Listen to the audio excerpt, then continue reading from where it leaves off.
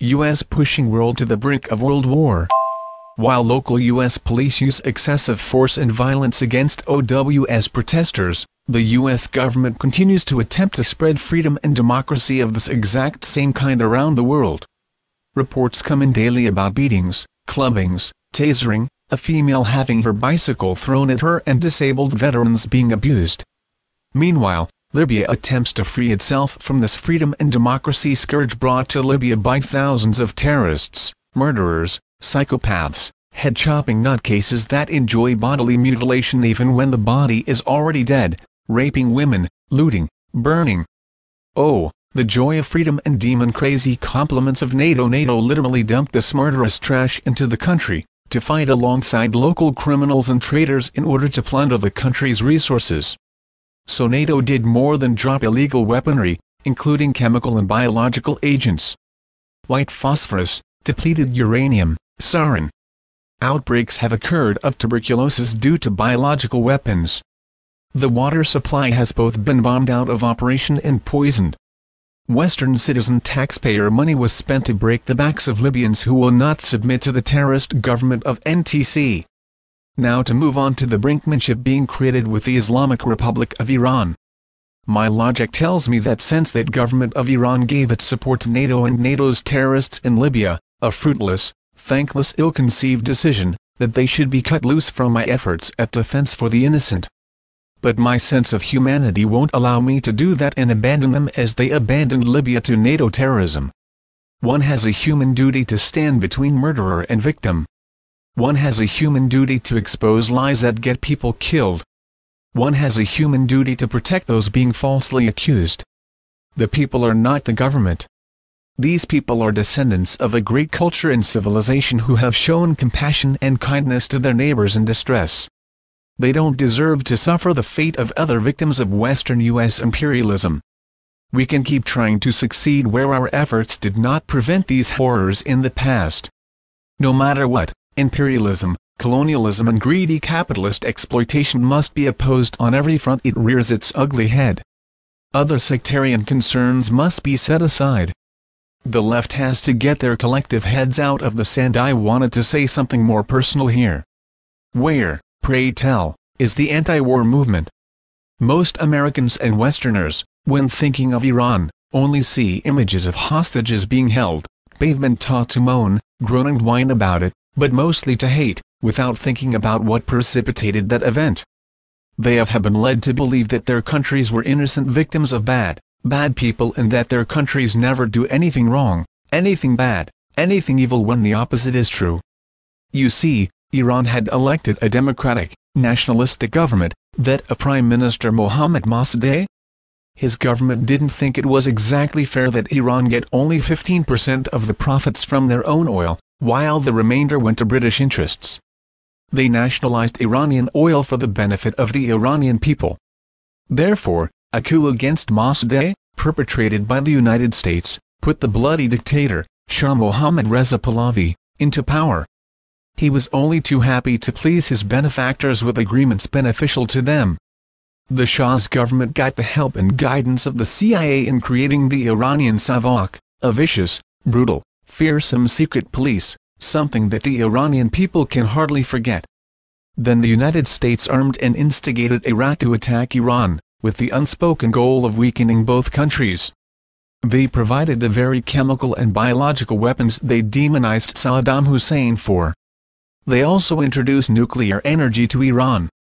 How's that for irony? The US is fast becoming a hopeless case unless the people wake up.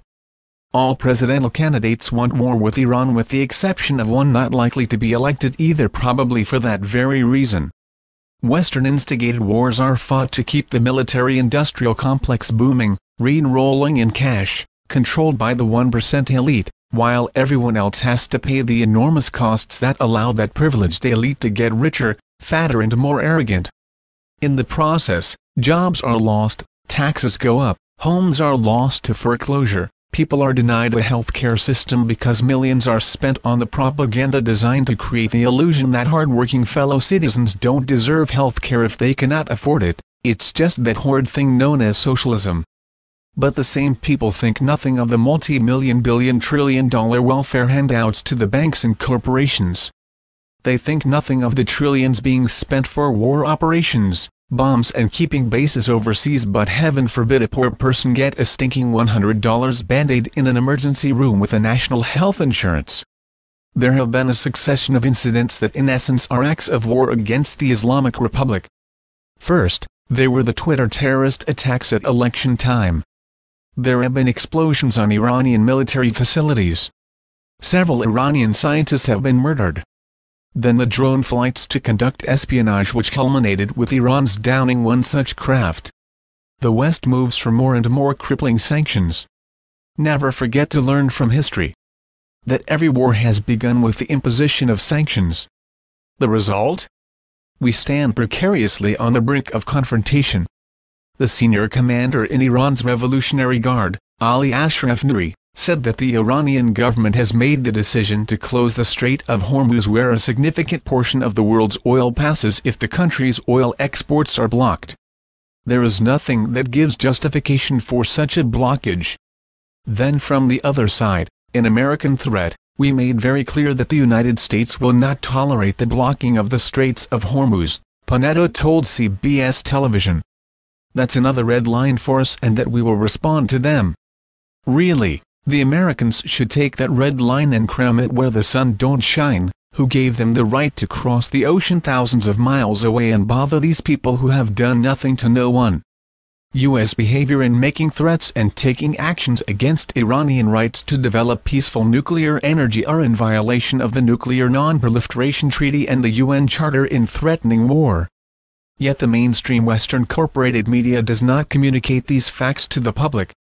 With all the ships converging in close proximity in the Strait of Hormuz, an ideal opportunity presents itself: the sinking of the USS Maine, the Gulf of Tonkin, the Korean ship sinking they tried to blame on the Democratic People's Republic of Korea.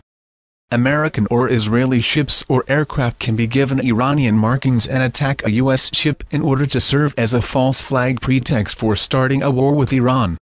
Millions of lives will be lost in the process, as the U.S. and Israel are conducting operations in close proximity to Russia, making it entirely possible for the atmospheric contamination to carry over by weather patterns onto the territory of Russia. Russia cannot tolerate this situation. In Libya, we have seen how drug addicts, alcohol fiends, psychos and rapists have been used as cheap shortcuts to achieve resource grabbing. The world is already quite familiar with the lies, the false flag operations, the need to create an excuse to start something frequently used by the USA. The world community needs to cut them off immediately in such an instance, and not give them any sympathy or support, just the opposite. If people allow these things to happen and progress as in the past 2012, if the world manages to survive until the end of it, will be a year fraught with unknown danger. Anybody fancy waking up in the morning as a glow-in-the-dark vaporized skeleton? Very possible, very possible. Source-related posts.